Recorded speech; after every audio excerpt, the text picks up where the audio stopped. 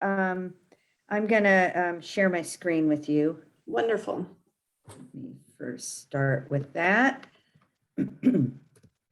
Okay, so I'm sharing my screen, and for some reason, I wasn't able to open my PowerPoint presentation online, and it wanted me to download it, but that makes it a lot harder to actually do any searches. So I am just loading it here in a frame on on the browser.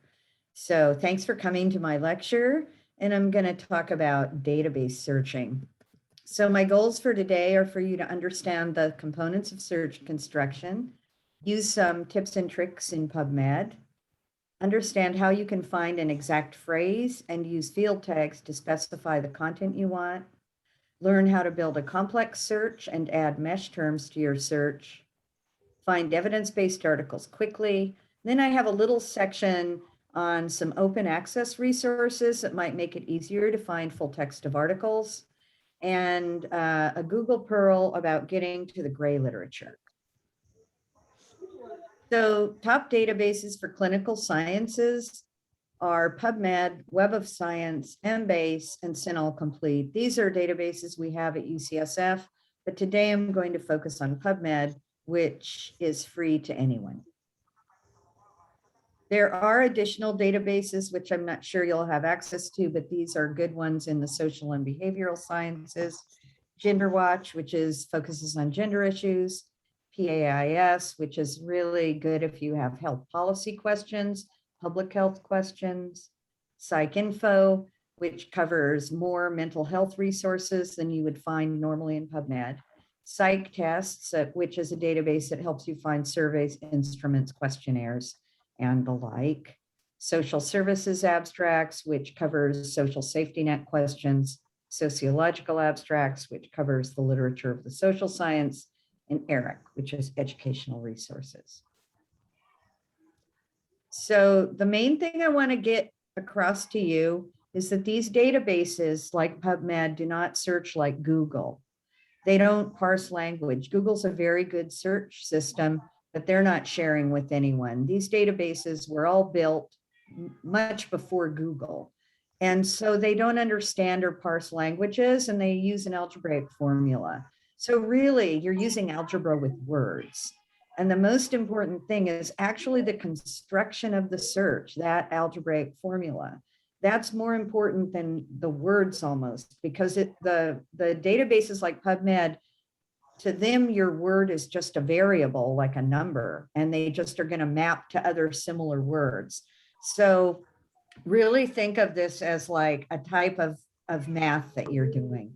So for example, when you want articles on breast cancer and BRCA1 or BRCA2, you formulate your search like this.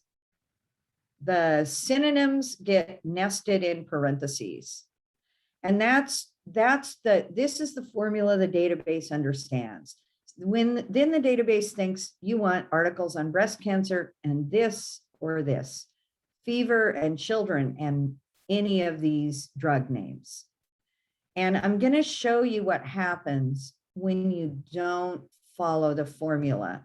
The thing is, you get results anyway. And so I'm just going to go into PubMed and, oh, actually, let me do this first. Let me just move my PubMed screen closer to my thing. So I'm going to copy this search so that I can just paste it.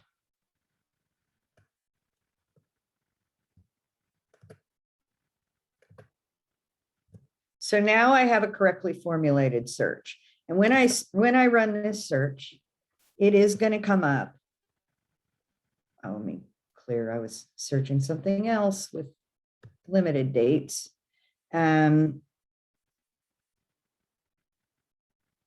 So when I search it, I get 924 articles. And if you look, you'll see that right away, I'm seeing articles about fever, children, ibuprofen, acetaminophen, paracetamol, all of those terms.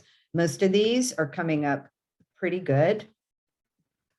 And they're going to be pretty right on. Now, because PubMed did this best match sort, even if you mess up your search, it's still going to try to find you some good articles, and it will. However, you're going to get really different results, and very quickly the results become bad.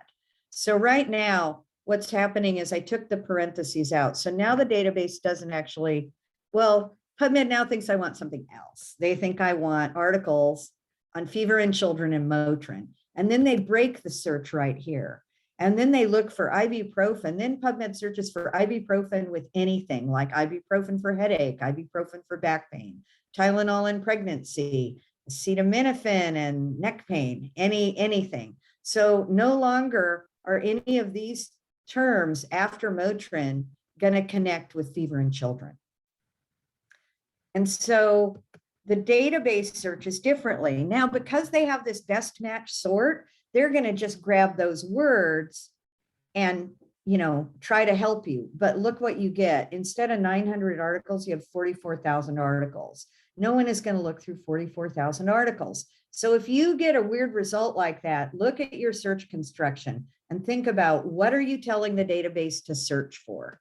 You have to construct your search so the database understands it. So now the first thing you get, though, is you're getting a mechanism of action article. The very first article is not what you want.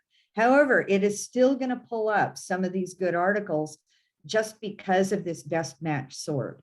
So even if you search wrong, PubMed is going to try to help you now. However, very quickly, if I scroll further, I'll find I'm getting all kinds of weirder articles. You're still finding fever in children. It's still going to bring that up, but it's going to bring up other very strange things that you're going to wonder, gee, why did I get that article? So this is my my main point. If you don't remember anything about my lecture at all, go back and look at these search construction slides, because then you will know the correct formula to search under. So you can make different search modifications in PubMed that are going to make your searches more focused, and so that you retrieve less results and more relevant results. So for example, if I was going to do a search on social determinants of health and food insecurity or poverty, I can do a few little modifications to change that. I can use TIAB in brackets to find words that show up either in the title or the abstract. That's going to limit this search. So this first search is going to get the most results. This search is going to get less results. And then I could say, I want to see social determinants of health and food insecurity or poverty in the title. And you notice that I put food TI, insecurity TI. That's because if I just did it after insecurity, it would drop out the food. However, if I force a phrase to look for social determinants of health as a full phrase, and then food insecurity as a full phrase, then I can put that TI just one time after that phrase. So this is going to make your searches a little more focused and give you less results, so that you just, if you're not doing a lit review type of a search, you can use these kinds of techniques to improve your results. So if I run this search now, I'm going to get, I have sorry, I messed up my formula by taking a thing off, paren off, and now you'll know that you see I get a better result.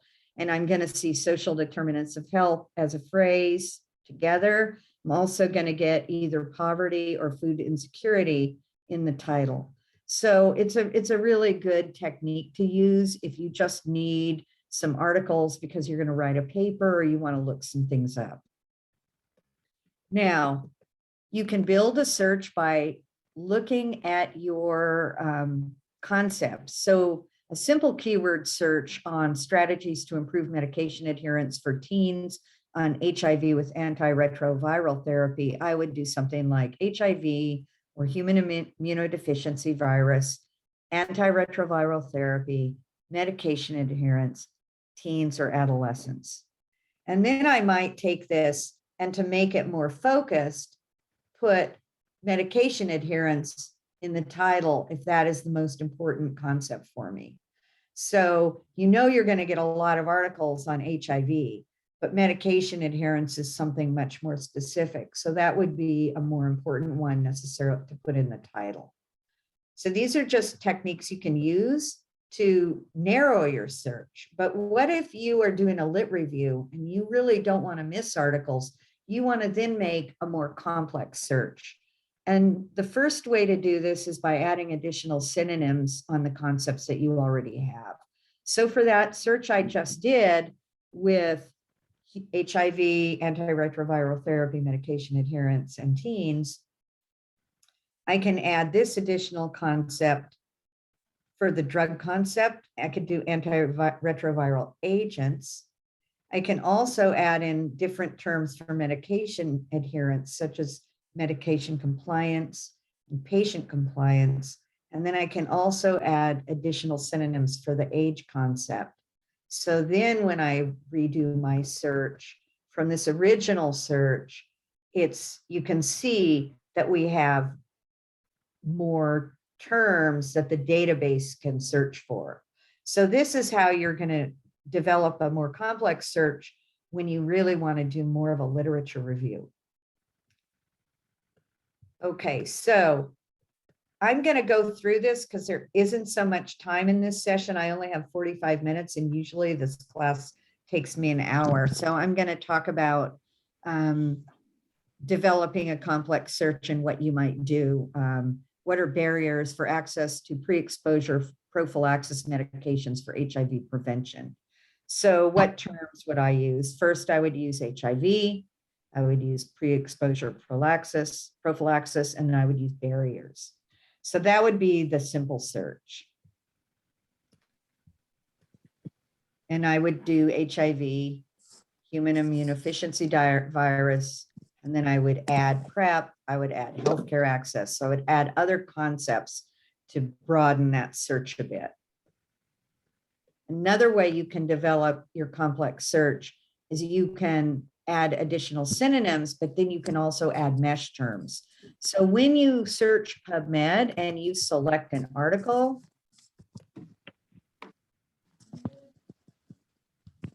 you have the beautiful PubMed record. So right here, it shows that there's a free full text copy of this article. When I scroll down, I see the abstract right away. PubMed tries to find similar articles. So even if you only have one good article and you pull it up in PubMed, PubMed's going to help you and try to help you find other similar articles. That's another breadcrumb you can follow when you're searching PubMed. But I'm going to keep scrolling down this record until I get to these mesh terms here.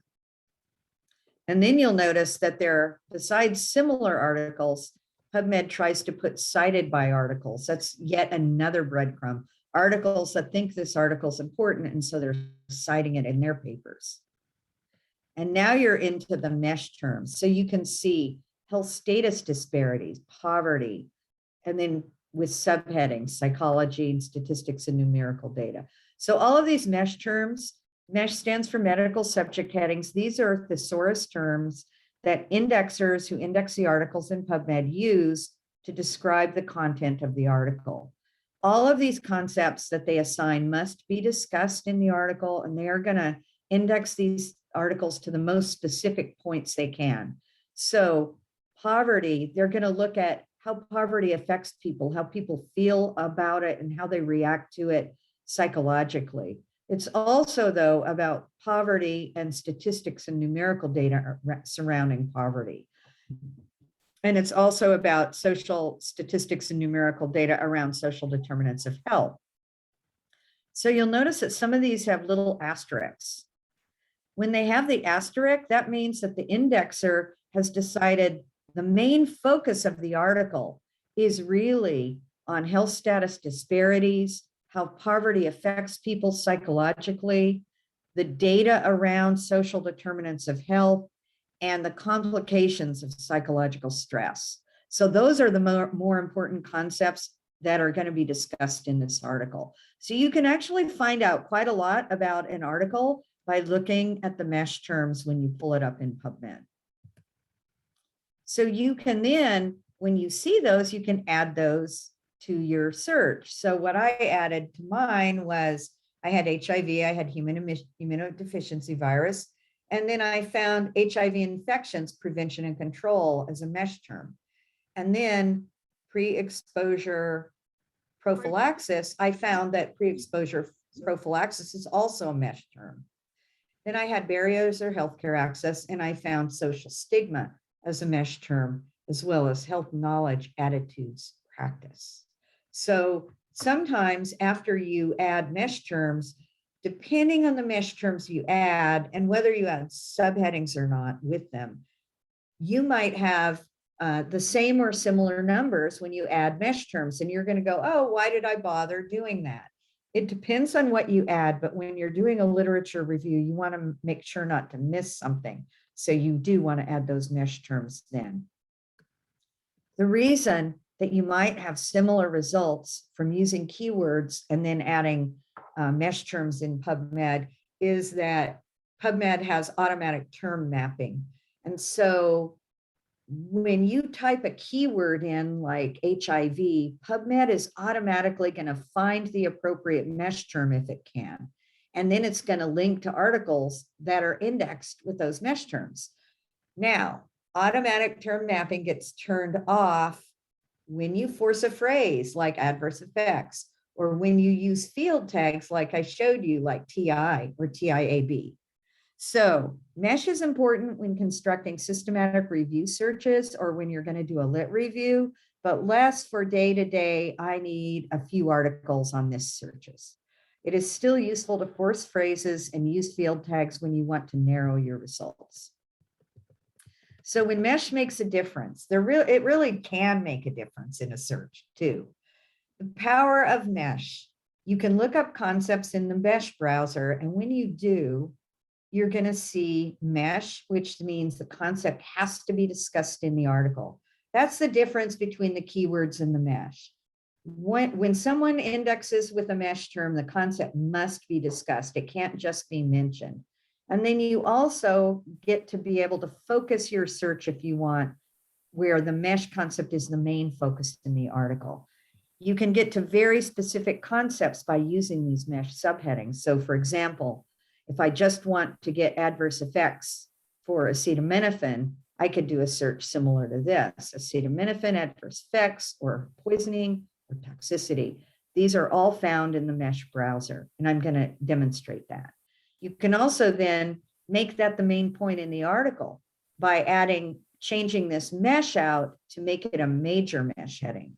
So these are also ways you can use mesh if you want to look something up that's very, very specific. So the power of mesh is useful. Whether you need to use it every time you do a regular search, it's not so necessary, but there are times you might want to use it. Another thing that you can use that happens when you use mesh is you take advantage of the mesh hierarchy. Mesh is developed using a tree structure with the broadest concept. Pardon? Someone have a question? Okay. I think somebody just by mistake turned their mic on. So you can get to an entire set of concepts using one mesh term, which would mean you might not have to list a whole bunch of synonyms, say, if you're just doing a regular search. Because articles are indexed to the most specific point, you can get to that point, but you can also get to a broader structure. So the terms in the hierarchical tree have the more specific concepts listed under broader concepts. And mesh is going to automatically explode those concepts to include the narrower terms that fall under the broader concept.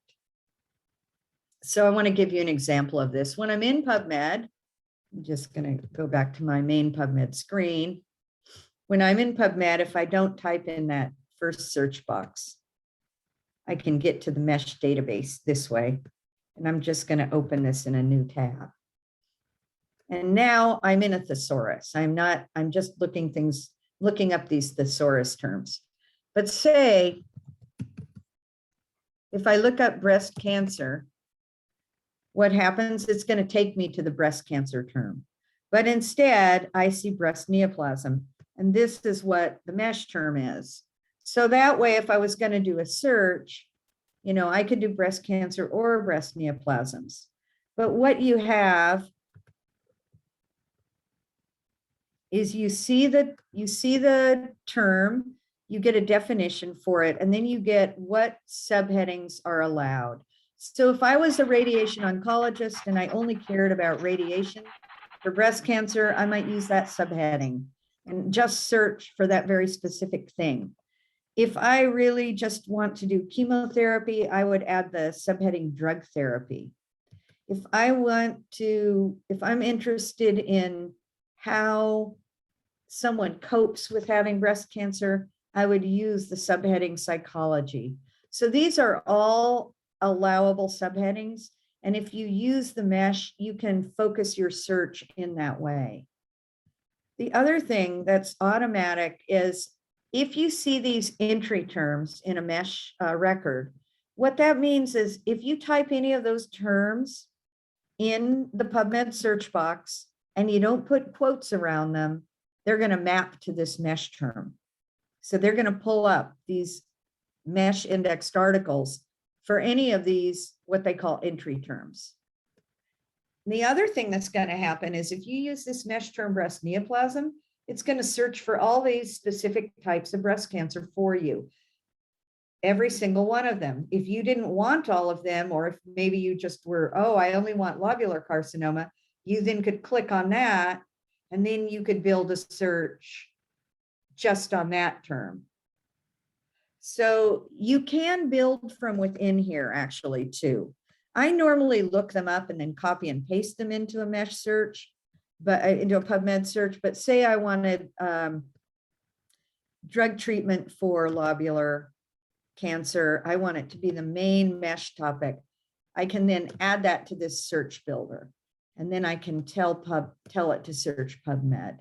That's going to take me out of this mesh browser, and it's going to build that search and run this exact search. And you're going to see that all of these articles are going to be exactly on drug treatment, adjuvant chemotherapy, the different drugs they use to treat lobular carcinoma. So that is another way you can build a search actually from this mesh browser. So mesh is good. You don't always need it. So I was going to have you look up a thesaurus term, but I'm going to look it up for you because I don't have as much time today. So I'm going to look up HIV drugs.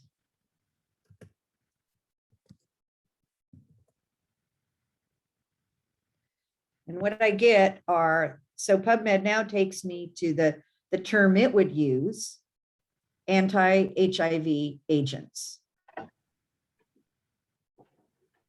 And if I look down here and I come to the tree, I'm going to see that when I search anti-HIV agents, it's going to look up and search for all of these HIV fusion inhibitors, integrase inhibitors, protease inhibitors, et cetera. So it is just another way that you can expand your searches. So I recommend you play around with mesh, play around using keywords, play around combining all of this. The more you practice, the better you're going to get. There's also a part in PubMed that allows you to find evidence-based articles quickly. And if you're not doing a literature review, you might want to use this part of PubMed on a regular basis. This is down here from the main PubMed screen. So instead of searching in the white box, click down here under Find, under Clinical Queries. Now I'm in a different part of PubMed. This part of PubMed, they just stick to the clinical literature. There's predefined filters. So all of your searches are going to be on either treatment, clinical predictions, diagnosis, etiology, or prognosis. It defaults to therapy, but you can change it before you search if you're interested.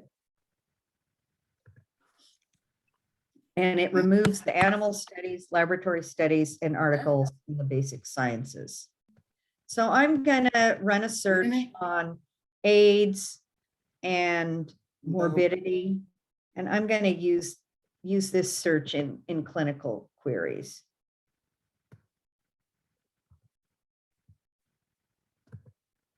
So I'm gonna just type my search in and run that search. Now it's gonna run my search for me, and it's gonna tell me that I have 1,400 articles and that this is broad in scope. But the really cool thing about clinical queries is that if I just want to grab the most robust RCTs from my search, I can hit that narrow button. And now, instead of a large amount, I have 144 top of the evidence pyramid articles. So these are all going to be not necessarily all RCTs, but mainly. So you'll notice that there's 144 articles in this set under therapy narrow. And in my RCT selector here, which I've set up these filters, you can set them up you're doing Minds using your MindCBI account. So these come up whenever I search PubMed, I get these. I can see how many clinical trials, controlled RCTs, controlled clinical trials. Therapy narrow adds a few more other pragmatic controlled trial studies, but it's still going to be very high, top of the pyramid chart. I notice I have some things in the chat, so I just want to check there because I haven't been looking. Okay, I guess I said something. Anyway, you'll get all these slides, so you'll be able to have these search examples and you can then modify them with whatever terms you want to use. But clinical queries, if you don't have a search that you're going to want laboratory data, animal studies, clinical queries is a really good place to search instead of using the main PubMed search box. Sorry, just a quick question, Peggy. Does that apply also for like social science research? Would that come up there as well?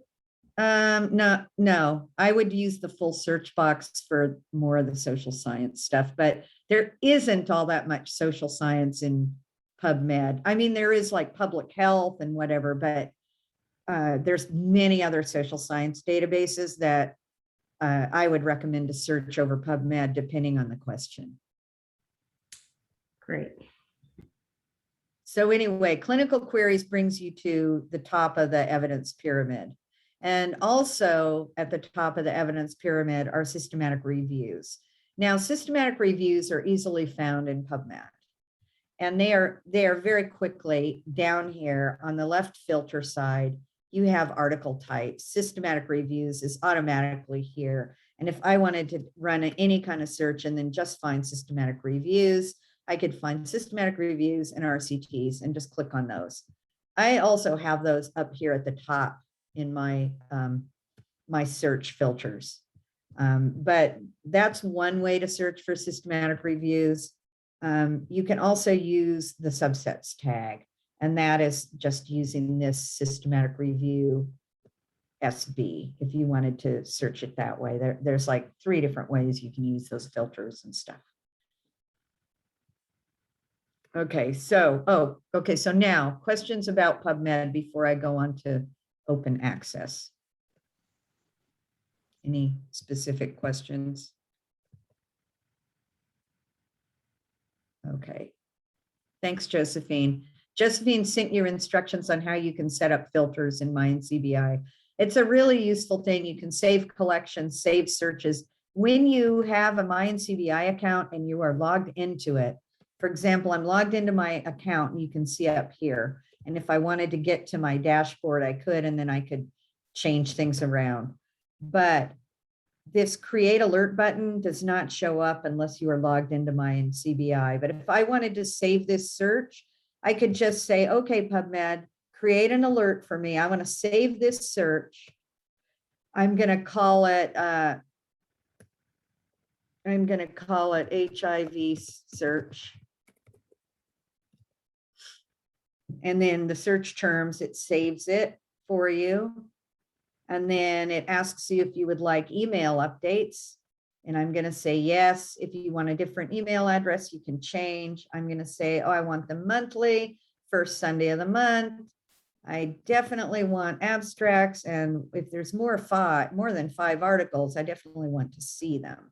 So, and then you can also say, even if you don't find results, send me an email saying we searched and we didn't find anything. And then if I hit save, then every month that search gets sent to me. They run the search. PubMed runs the search automatically and emails you those references. So that's just a good way that you can use PubMed to manage your information and get information pushed to you that you're interested in. So now I'm going to move on to OA resources. And there are many, there's a lot of places you can find open access resources. One of the main ones is PubMed Central. And you can go into PubMed Central just like PubMed and run a search and find articles, but you'll find the full text article. Those articles are also linked to, any articles in PubMed that are in PubMed Central, you'll see a link to it. So if you search PubMed, you will see those PMC articles. There's also directory of open access journals, DOAJ, and in that directory, there's just a lot of open access journals that you can search across. eScholarship is the UCSF open access repository, and people deposit their articles in there if they're UC authors. It's a big repository. So there's other academic centers that also have repositories. So you can actually search around the interwebs and you can find repositories that you think are good, and you might want to go to them and see if they have specific articles.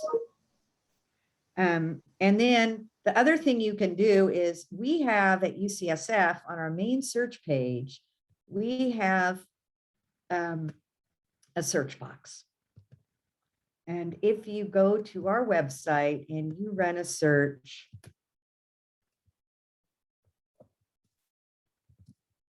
I'm just going to do HIV therapy in this search. And you run this search. Now, of course, if you're not a UCSF person, you're not going to be able to get to licensed content that we pay for. But you can select the open access button here. And if you run a search in this UC library search and you select open access, I mean, just on HIV therapy, there's over 204,000 open access articles. So that's another source that you might not have known about. And I thought I should just bring that up because we do have a lot of OA articles.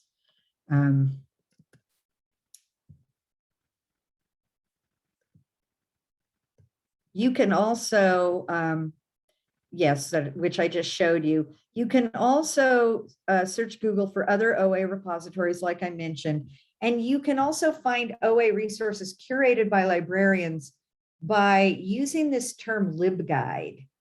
So a lot of libraries use this software called LibGuides.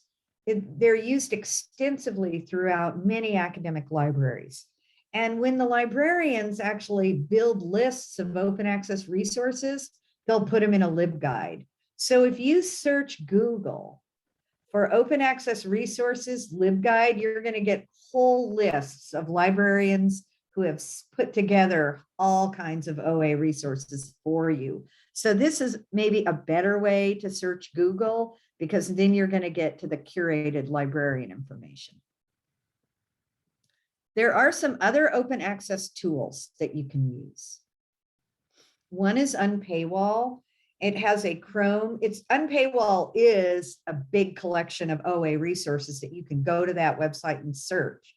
But there's also a Chrome and Firefox browser extension that will search across those multiple publishers and repositories for you when you're doing like a Google search or a Google Scholar search. There's also OA Button, which is a similar thing where they have a big collection of resources, but it also has a Chrome and Firefox browser extension. And so when you hit a paywalled site, OA button tries to contact the author and sees if they will add a self-archived article to their OA button resources. So these are just other good sources of finding open access resources. Also, Copernio. They just changed the name, but you'll notice that when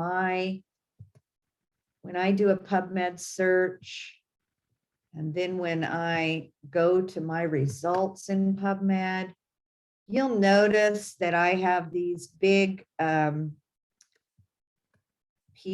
buttons.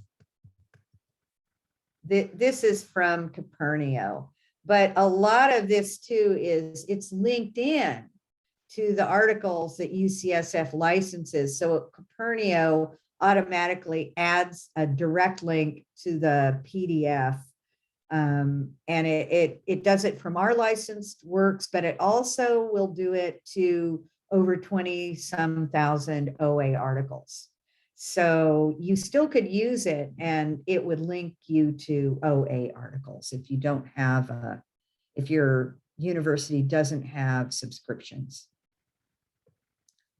Okay, so now I'm going to give you my Google Pearl, because I think a lot of people don't really search Google.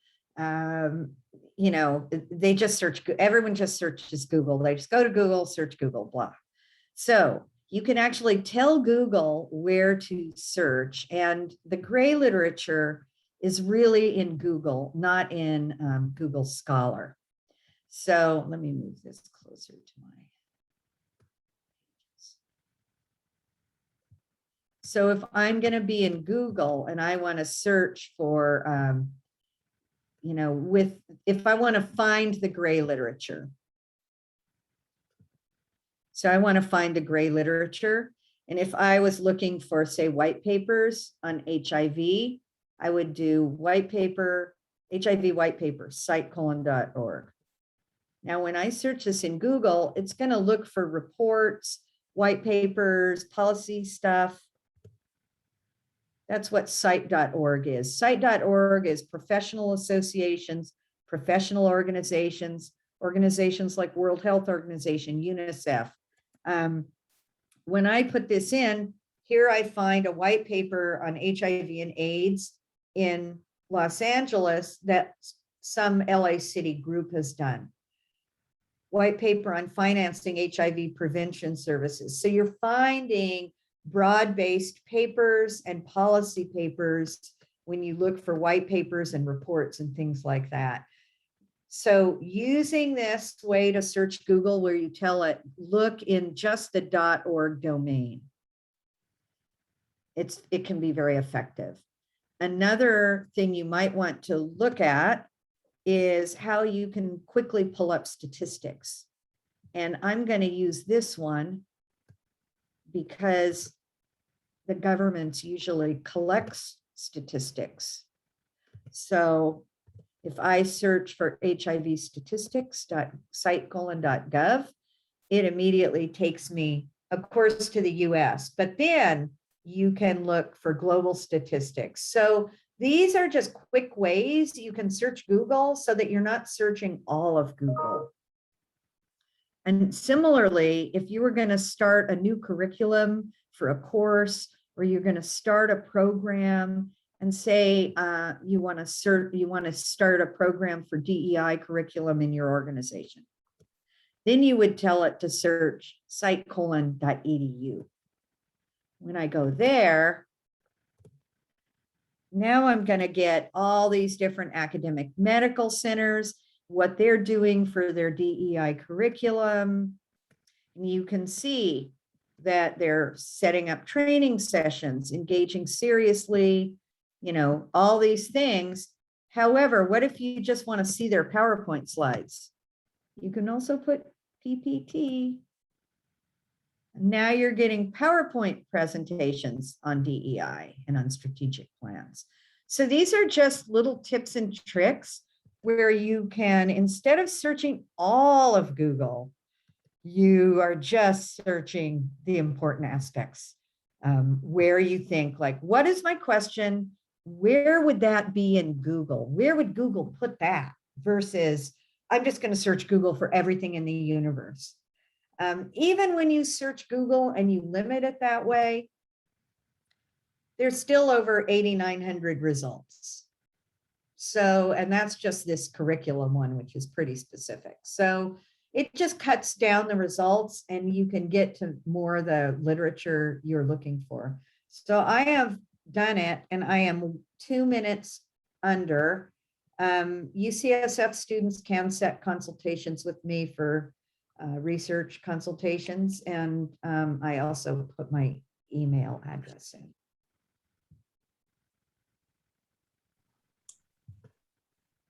Thank you so much, Peggy. Does anybody have any questions at this point?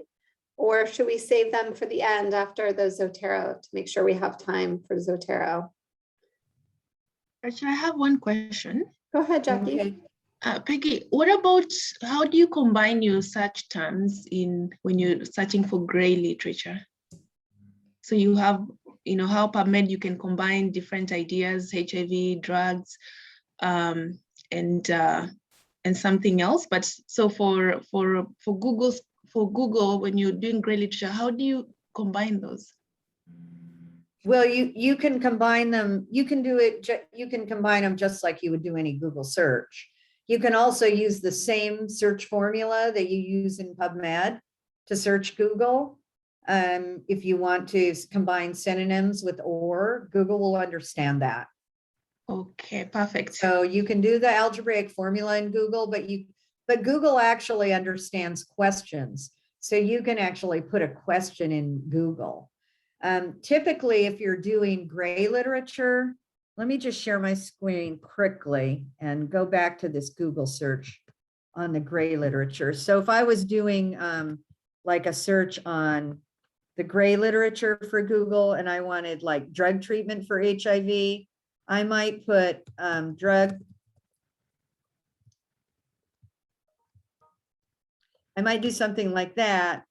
Then I would do like white. White paper. Oops.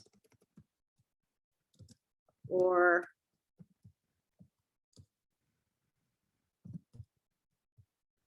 policy guidelines. Or report. So you might do something like that because those are the types of gray literature you're looking for. I put in parentheses. You're going to get guidelines from WHO on treating. Does that answer your question? Something like that? Yes, thanks. Okay, you're welcome.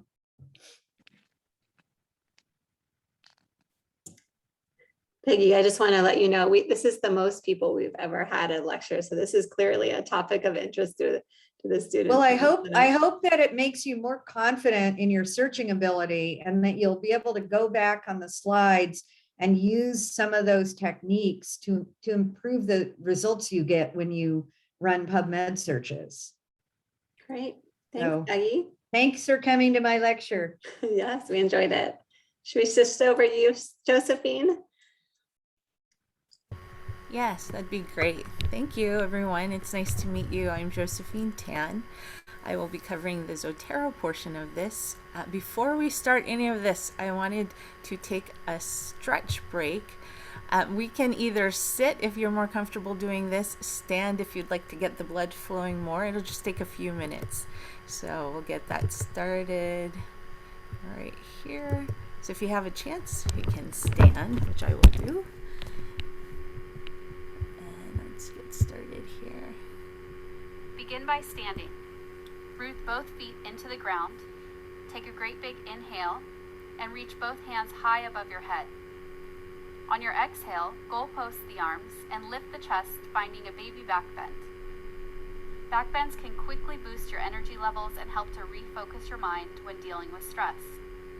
Let's do that one more time. Inhale, reach up. Exhale, lift the chest and goalpost the arms. Place your hands down by your side. Now bring your right knee up to your chest. Try to balance here as long as you can. Feel the stretch in the back of your leg and lower back. Now slowly bring your foot back behind you and pull it towards your glutes, stretching through the front of your hips. You may want to hold on to something in order to help keep your balance. Let's switch to the other side. Bring your left knee up to your chest. Try to balance here as long as you can. Feel the stretch in the back of your leg and lower back. Now slowly bring your foot back behind you, pull it towards your glutes, stretching through the front of your hips. Bring both feet back together. Next, bend your arms by your side and begin to twist right and left, opening up into your sides and spine. You can leave your arms bent or straighten them out depending on the space you have available. Twisting the spine back and forth can help relieve any tension in the lower back from sitting. Lastly, place your feet about hips distance. Then place your hands onto your hips. Take an inhale and lift the chest up, and exhale, slowly beginning to lower the chest down.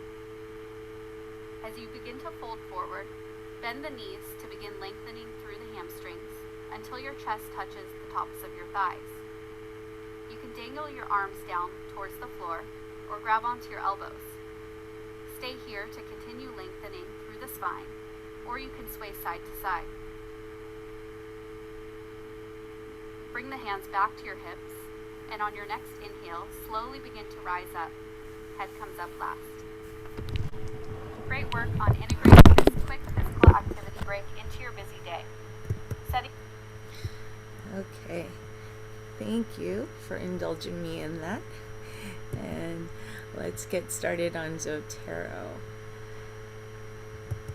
So for this portion, what I'd like you to do is shake your arms and get ready to type. So we'll be doing some hands-on things.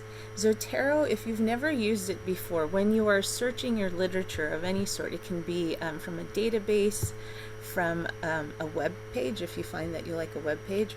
What you find along the way, you don't want to lose track of. Before I learned of Zotero, I would painfully copy and paste results from a results set, put it into a Word document, and then it'd get messy and I'd have to remember where did I put that document. So all of this, if you've never used what's called a reference manager before, you will fall in love with Zotero by the end of this session.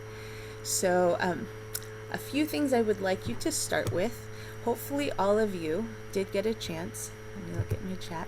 Oh, thank you for the stretch. So what hopefully you got a chance to do, your homework was to go to zotero.org/download. If you didn't get a chance to, you can do that after the session. You can watch along, but hopefully all of you have this. And depending on your browser that you're opening, Zotero will understand what browser you're using. So right here I'm just using Firefox. It will know to bring it into Firefox. So you want, number one, download Zotero to your desktop, which will integrate it with your Word document. When you open up Word, you'll be able to cite what you are needing.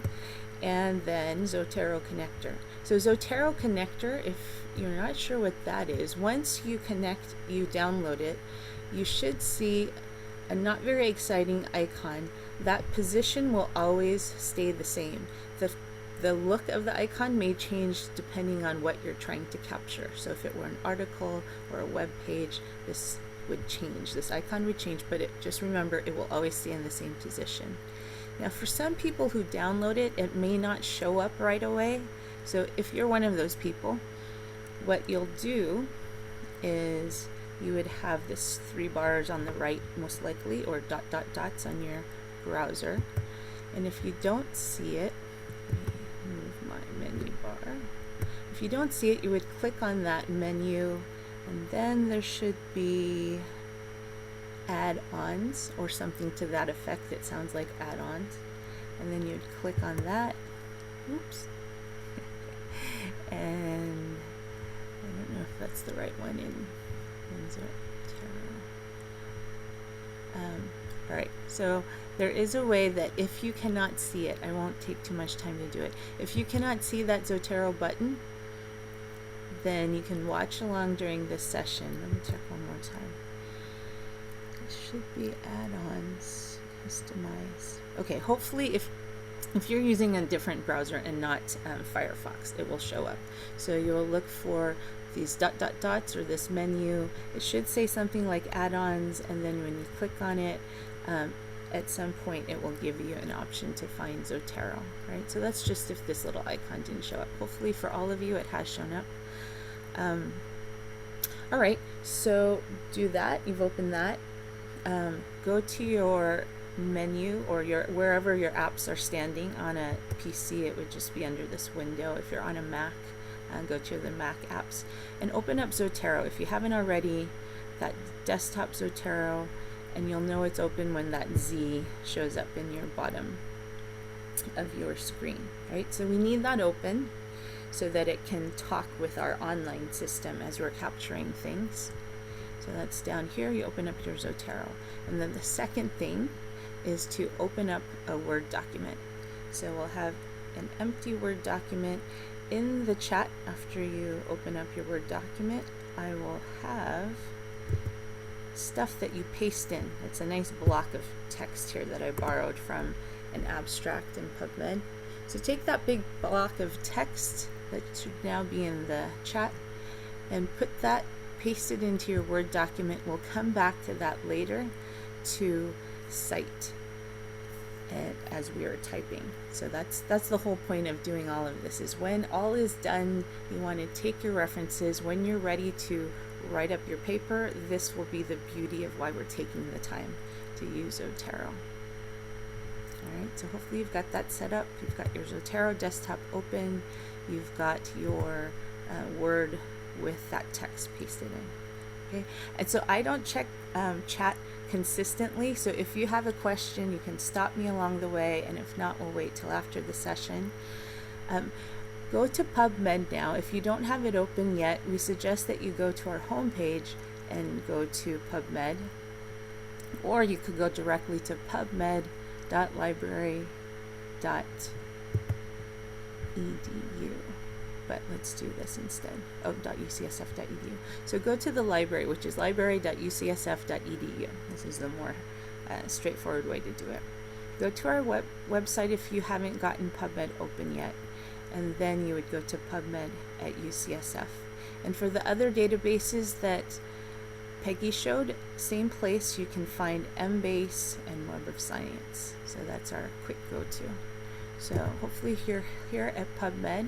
Go ahead and search anything you want. You can follow mine, search terms, or just create a very simple quick search, just so we have a set of results. So I'll show you my slightly fancier one. I have social justice or civil rights in parentheses because I'm mixing it along with and patient care and nursing to be just in the title. So that's just an example of something I'm searching. And you go ahead and search whatever you like so we can get a set of results.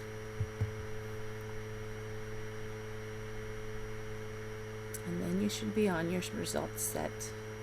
All right, so now you have a long list of results, which is what you're hoping for. And I could do this one at a time. So you can just watch this portion. Is if I went to a paper, an abstract, I can say, I do like this. Click on my Zotero icon and bring it in one at a time. So that could be one way that you first use this. But I will show you a very nice feature that Zotero allows you to do.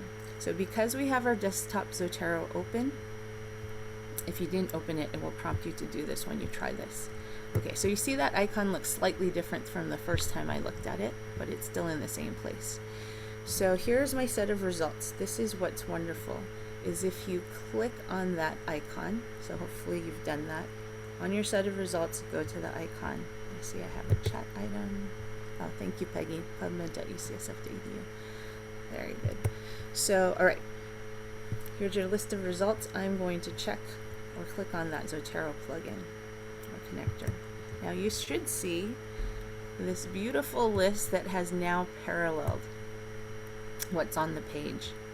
And what's great is now, instead of going one abstract at a time, there's a few ways you can do this. You can say, I only have a few minutes. I want to pick a few things and read them later.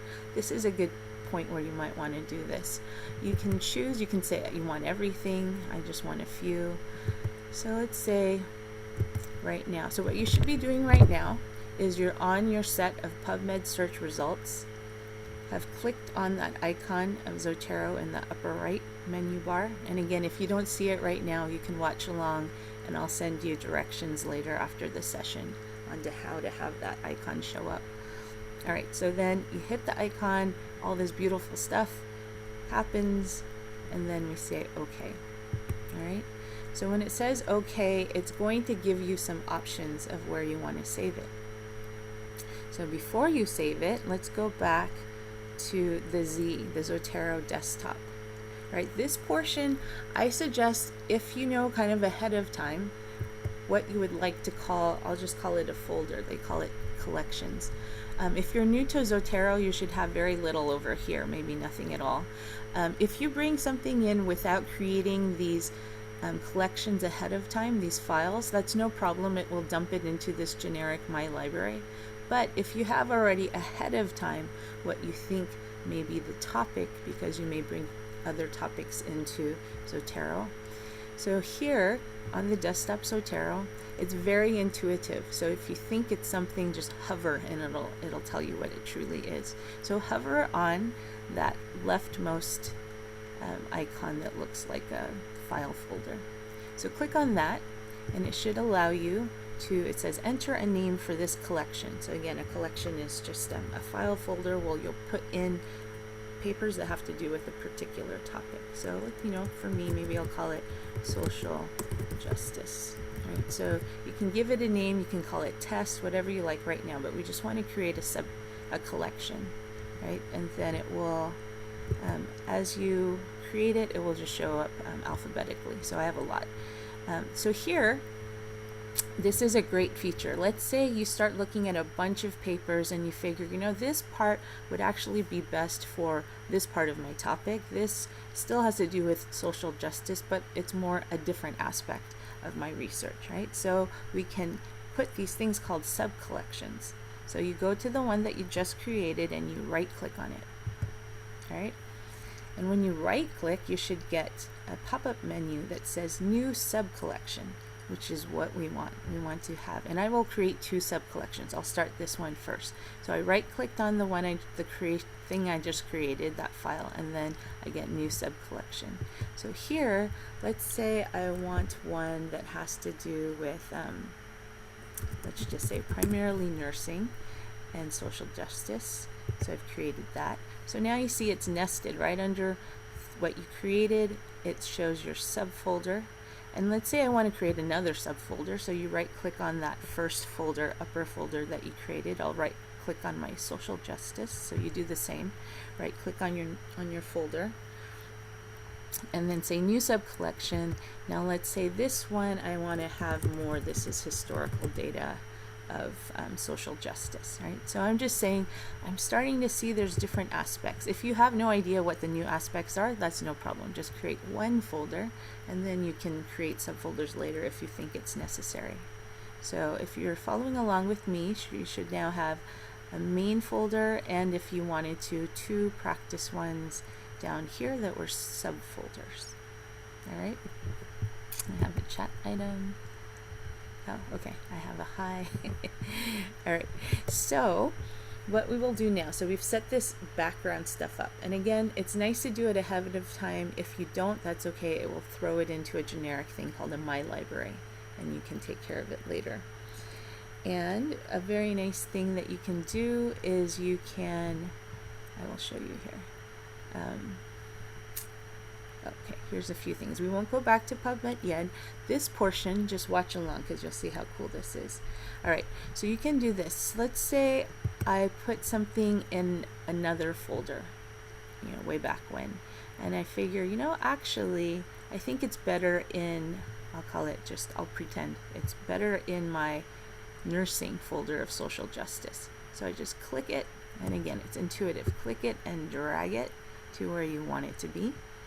And then it will dump it in there. What you'll notice is it didn't get rid of it here, which is okay. If I actually do want to get rid of it from here, you right click and just say Move item from collection. Remove item from collection. If you move item to trash, it may get rid of it in wherever I moved it off to. So just say remove item from collection. And again, if you don't have anything in a second collection, just, you're just watching along. So just know dragging and dropping, right clicking when you think something may be hiding as a thing to try doing. That's something that's pretty intuitive. Now let me show you something super, super cool. Let's say you've downloaded PDFs and you cannot remember. I don't remember, I have these great PDFs, but I don't know what databases I got them from. So I will side by side. Let's say I have these PDFs here. So I will highlight them. I will drag them. So I believe you just drag it into the body. Yeah. So let's say I wanted to put these 4 PDFs into this folder that has to do about simulation. So I copy them, drag them over, and release. And when you wave the magic wand, wait a few seconds. There. So what it has just done, it has gone in and looked for what's called metadata, but each of those PDFs had some magic things hiding behind that Zotero said, oh yes, I know what you're talking about, and it dragged it in, right? So I had those 4, I don't know what database I got them from in the past. I just I highlighted them and I just dragged them into where I wanted them to show up, and within a few seconds it pulled it in, right? So that's incredibly powerful for those things that you've already downloaded that are PDFs. Let me see if it did this. If I open up the title, if it did bring in a PDF, it will tell you full text, right? So that indicates there is a PDF there. I do give you a caveat, is sometimes you want to put in the PDF because that means when you're offline and just using desktop Zotero, you will have access to that PDF. But at some point, I don't know what that point is, Zotero will say, oh, we have too much stuff, too many PDFs in your account, so either pay for more space or this is your limit. So just don't push the limit, basically is what I'm saying. So let's say you don't put in anything but, see this for me, there's, oh, there is a PDF here. Let me see which one does not. Oh, they all have them. Oh, there. Okay, so this one does not, right? This, I didn't ask for the PDF to be brought in, but it can do this. So let's say this is what I do, is I usually do not bring in the PDF because I don't want to overload what's in here. And it just, again, it's intuitive, so you right click. You right click on a title and you say view online, view available, find available PDF. This one will bring in the PDF file. Once it finds it, it'll put it into Zotero. Let's say I just actually want to view it online and get to the PDF once it gets online. This is what happens. You right click on it, say view online, and magically it goes to, this knew it came from PubMed, so it goes to PubMed, pulls it back up, and then you can say, oh yes, this is where it is. I either want to read it now, download the PDF. But that is another piece of magic. So just to show you how I did that again, is if you didn't bring in the PDF, you didn't want to bring in the PDF, you forgot to, any of those situations, you right click on that title and say view online. I personally like that the best. View online, and it will pull up and take you to wherever that first showed up online. For me, it's PubMed. Josephine, we have a question from Charles Opondo about the advantages of Zotero over Mendeley. Oh, it looks like Peggy's responding. Yes. Yeah. So for those of you who have used something else, there is a very nice feature. Let's say you've fallen in love with Zotero or like how easy it is to use. And Zotero is wonderful. It's an open access free resource, which I think Mendeley is also. But if you find that you ever want to what's called import your library from whatever else you've used, you can do that. And I believe it's here, so import, right? So again, it's intuitive. If you need directions more on how to do specific things and you haven't figured it out, feel free to contact me. Zotero has a wonderful support system in terms of the fact that because it's open source, so many people have created things of their own and posted it to Zotero, and they have a dashboard, or I think they call it documentation, or just put it into YouTube of what you're trying to do with Zotero, and there's probably a video on how to do it. All right, so that was right click on a title, view online was how we looked at it to get to the actual abstract and paper. And so here, let me just show you something else, is when you're on a particular item, I'll just say this one here, this gives you all the information that it was able to find from the database you pulled it from, or just from the PDF when it was being pulled in. And there's these other things here. Let's say when you finally have time to read it, you can say, oh, okay, I think this is really good. I'll use it for the methodology, or all right, use for methodology section of your paper, right? Let's say that's just something you want to put as a note. And at this point, I never know how to close up this space, so then I say edit in a separate window, and then it allows me to close this. So then I'll close this, right? And you can add as many notes as you like. There's a feature called tags. I think it does tags ahead of time for you if you ever find this may be necessary. For me, notes is what I use more often. And so just know these options are here, but I usually keep it at the default of info. All right, do I have some more chat stuff? Oh, okay, I missed this up. Okay, so let me show you. We haven't done the copying from PubMed into Zotero, so thank you for asking. So now, after all that talking, re-find where your PubMed, if you're not still on it, your PubMed list of results. So what I'm going to do, instead of going one abstract at a time, which I can do, I'm going to capture a few of these at a time. And so you would click on that Zotero connector icon at the top right. So if you haven't done that, you're on a set of results, click on that icon. And what you should get is this very nice parallel pop-up window that has the names of what those results were, right? So let's just, for the sake of practice, choose a few. I'm going to choose 3. And there is something to say select all, but I just want a few. So once you've chosen what you want, there's the OK button on the lower right of the pop-up. So I'll say OK.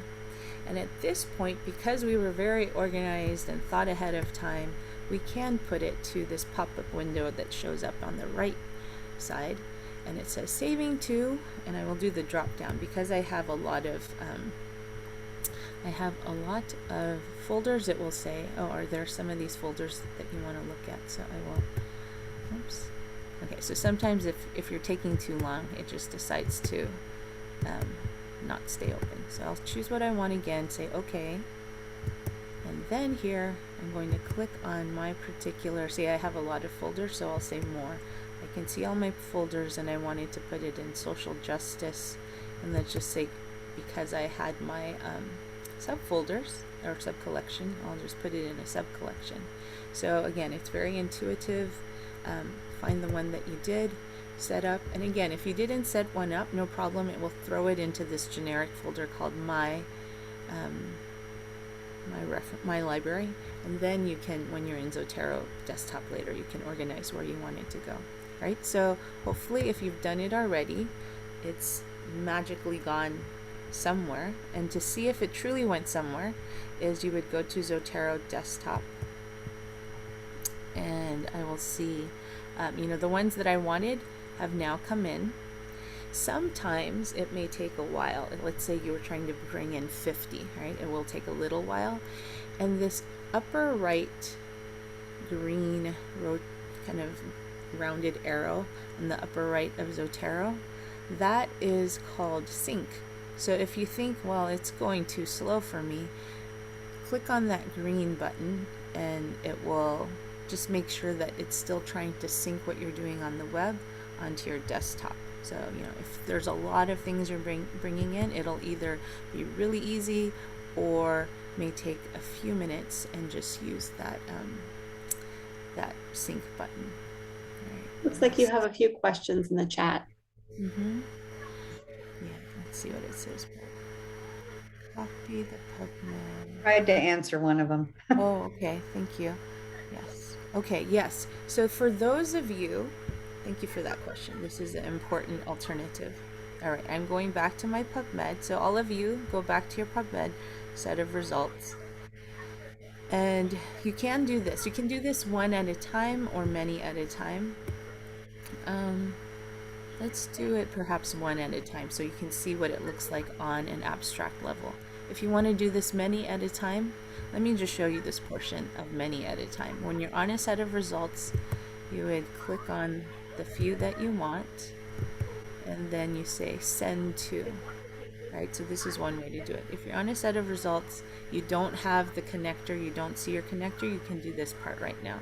Set of results, select a few, and say send to, and it will be called Citation Manager. Actually, stay where you are. I'll just go on the abstract level. So on the abstract level, you still get the options, but it's a little bit more to the right. So again, this is if you don't have the Zotero connector easily showing up. I think someone is unmuted. If you want to mute, that would be nice. Thank you. All right. So if you happen to be on the abstract itself, you would just say send to, same thing, Citation Manager. I will go back one page, and hopefully you're still on this particular page. So for those of you who do not have the Zotero connector readily visible at the moment, you can do this. Select the few that you like, and at the upper part of this page of results, you say send to Citation Manager. Let's see what it does. Oh, okay, and then say create file. So it will create it as, I think what will be called an RIS file. Yeah, here you go. So you just basically need this. I'm going to say save the file, and it should probably be in my download section, and then save file. So it's going to put this aside and just say, okay, I know you probably want to take this information somewhere. So I go back to my desktop Zotero. And again, for those of you who didn't have your connector showing up, this is what you would do for now, is you go to your results, click them, say send to Citation Manager and PubMed, and then you say file and import. So import, and I will then go to that downloaded. And see, there it is. So it's in my downloads, that thing I had just asked for, and then say open, and next. Good. So it brought in the ones that I just have here. And so it says, you know, these are the 3 I selected. If I need them to go somewhere, I would highlight them. And let's say I want them to go into this historical subfolder, right? So you can organize it as it comes in later. I see another chat item. Oh, that's from Peggy. Thank you, Peggy. All right. So that was the what to do if you don't see your connector. Is basically if you're on the abstract level, you would say send to Citation Manager. It saves it as a file. If you wanted to do it as many at a time, select the ones you want, and then the send to is here. Right? So that's a nice alternative. This is called the old school way of doing it. Okay. All right. Now, let's see. So now you've brought it in. And then, let's see. Okay. So let me go back to Zotero Desktop. You can do the same. Click on the Z at the bottom of your menu bar. And this, at the moment, you probably won't see this, but as you start bringing in more and more things from here, there, and everywhere else at different points in when you're doing your research, you should see this listing on the left below your collections that says duplicate items. So do look here every once in a while because it detects when you have duplicates. So you see I do have duplicates. So this is where a good way to manage this is check it every so often, or else this just becomes a very long list. And I do believe this portion you have to do one at a time.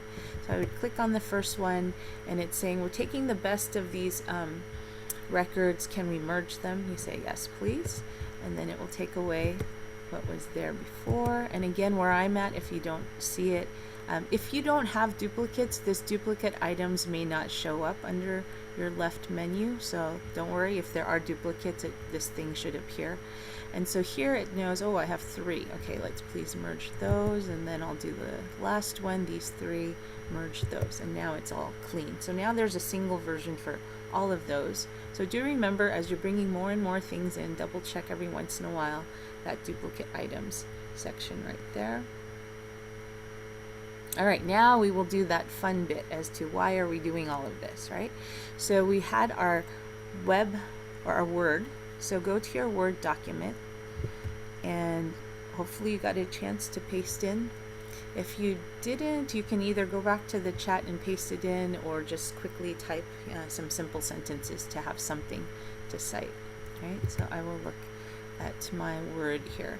So when you downloaded your desktop Zotero, what it should have done automatically is when you downloaded it, it went to Word and said, okay, let's plug Zotero and Word in together. And if you open up Word, you should see Zotero show up in your menu bar. It will be in Word, it will be in Google Docs if you happen to be using Google Docs. If you do not see it, then I don't know if on the Mac someplace you have to look at menus or something. If you don't see it, I won't troubleshoot that right now, because it may vary on depending on what type of computer or version of Mac you have, or Word. But let me make this a little bit bigger. Okay, so this is, okay, let's say you are now at the point where you want to cite what you have researched, correct? Or what you've written, and you want to support it with citation. I realize this is a very long. Okay, where you see a comma, put a period, because these sentences are too long. And where you want to put your citation is always after a period. So let's turn some of those commas into periods and just pretend that those are separate sentences. All right, so do that now. Just pick a few commas and turn them into periods, because we want to take those periods and change them into where we want to cite. Okay, so we just have this this text here that now has sentences. So where you want to start is put your cursor exactly behind, no space, exactly behind that period. So choose a period that you have now on that text.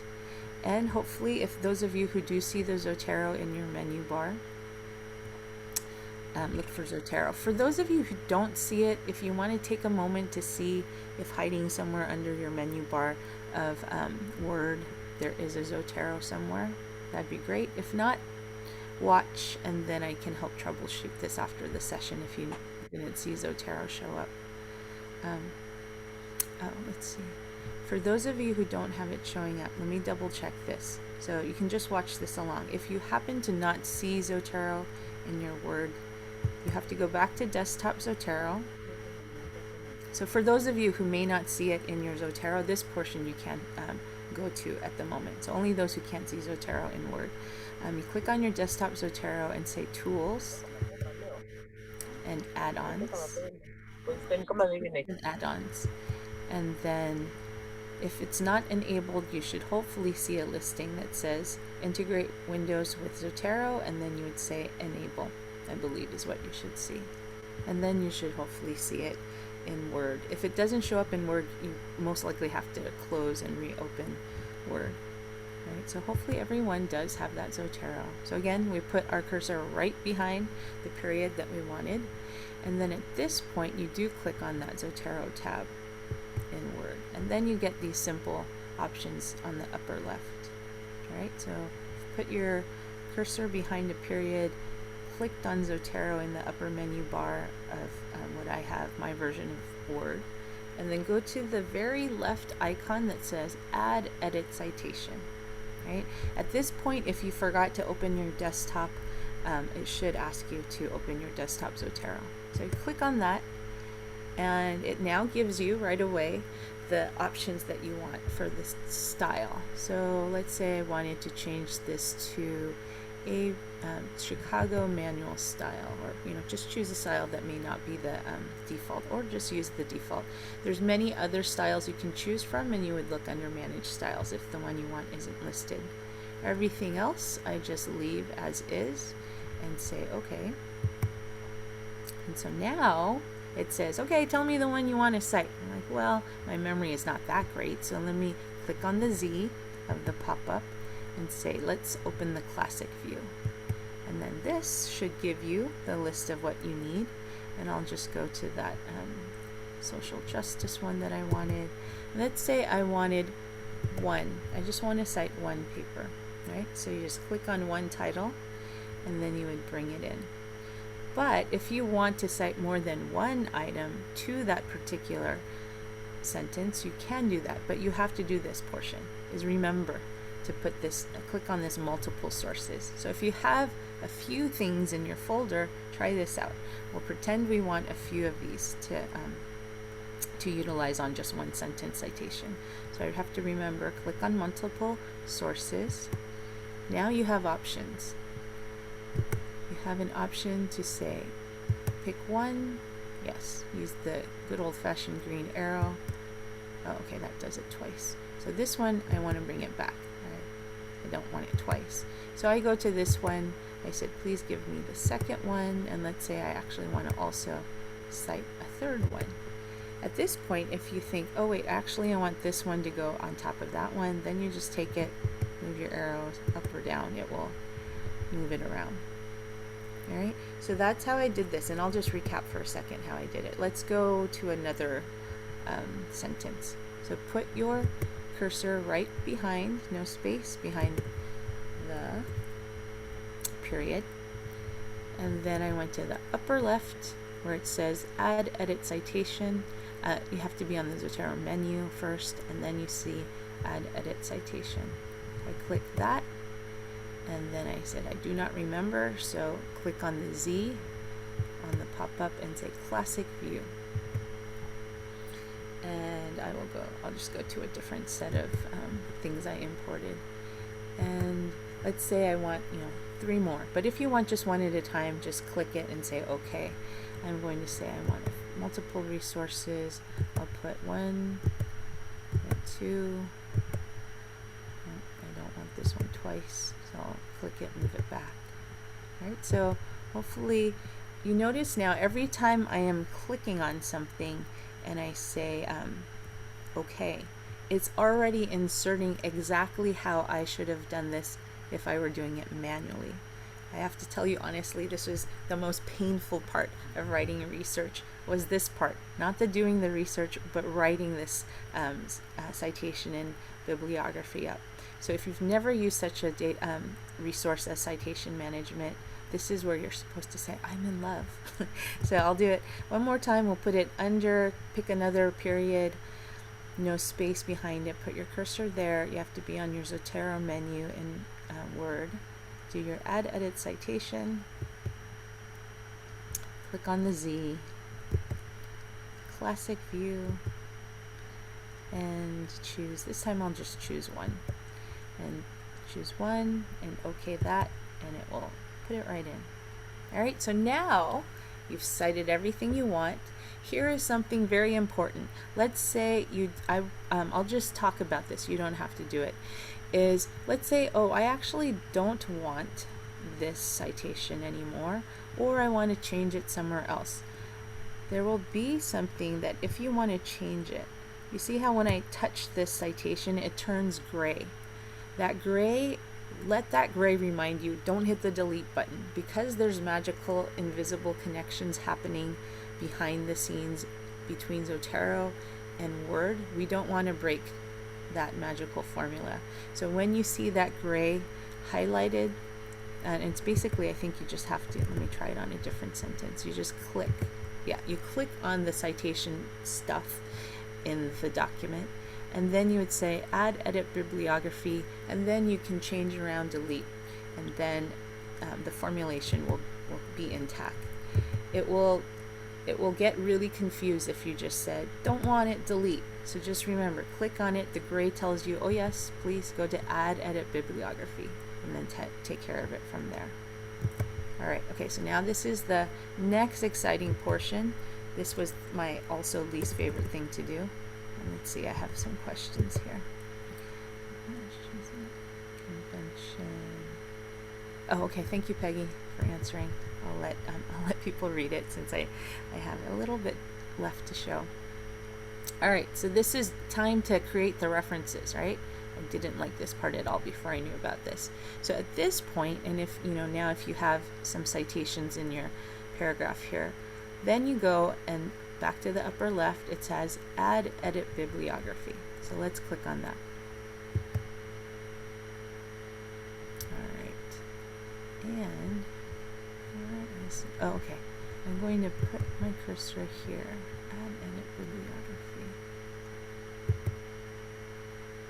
Oh, okay, there. It just took a few seconds. All right, so hopefully this happened, is you put the cursor further down in a blank space under your text, and you said, this is where I want my references to be. I mean, just for the sake of it, I'll just type in references in that portion of my paper.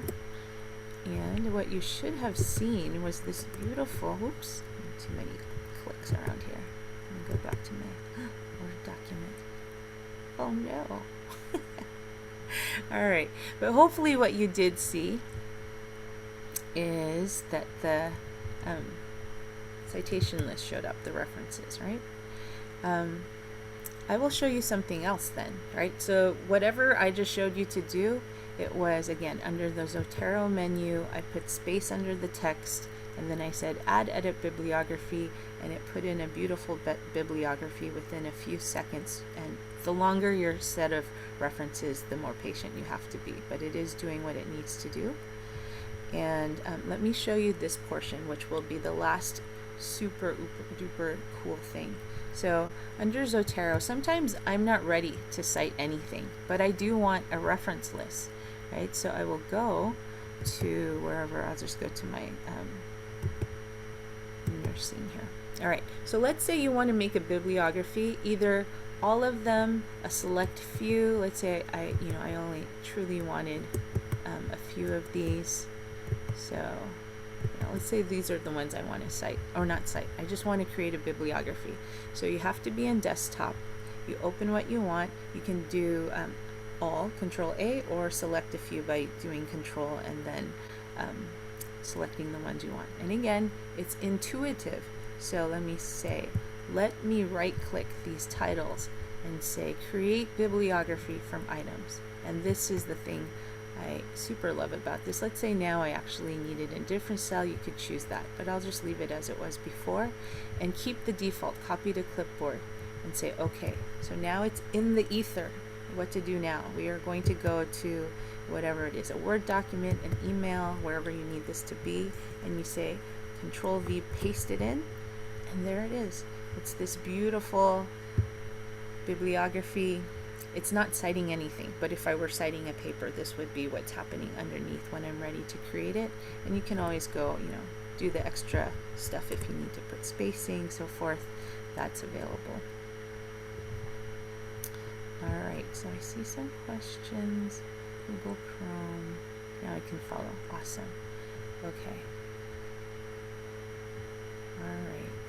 Okay, so hopefully now you are dazzled and floored and just so in love with this tool and can't wait to use it. So do remember, the easiest thing you can use it for right now is to go ahead and say create a citation from it. And let's say you forgot to go while you were on a database result set, then you would actually go to your desktop Zotero, and you would let's say you just want a citation for one paper, you would just right click on it and then say create bibliography, and then it will generate one and you paste it to wherever you need. I don't generally use it for that because I do it from the level of the database. But one last thing I will mention, and I'll be truly done, is almost all databases has that when you click on the connector, there's a nice pop-up parallel. One of the ones that does not do that is actually Embase. So if you're using Embase, they now make you sign in. So you sign in, create an account and sign in, and then you would collect the few that you need, and then say export it as a file. I just use all the same defaults, export, and then you would import it into Zotero as I had showed you previously. And then the last super duper cool thing is when you are on a set of Google Scholar results. I'm not sure about regular Google, but Google Scholar results for sure. If you click on that connector, you can select several Google Scholar options results at a time, which is powerful. That that saves you a lot of time from going one at a time. Okay, so I've gone 2 minutes over. Thank you for that extra time.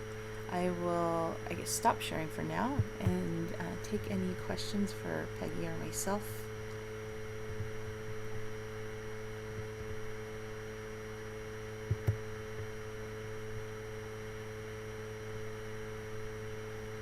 Well, thank you, Peggy and Josephine. I can only speak for myself, but I learned so much, and I'm sure all of our students at Center University did too. This was a huge amount of information, so I'm sure they're going to be going through the materials and learning a lot. So thank you so much. Really appreciate it. Thank you for having us. Thanks for inviting us. Thank you, thank you, thank you. Have a good evening, everyone. Okay, Bye. bye.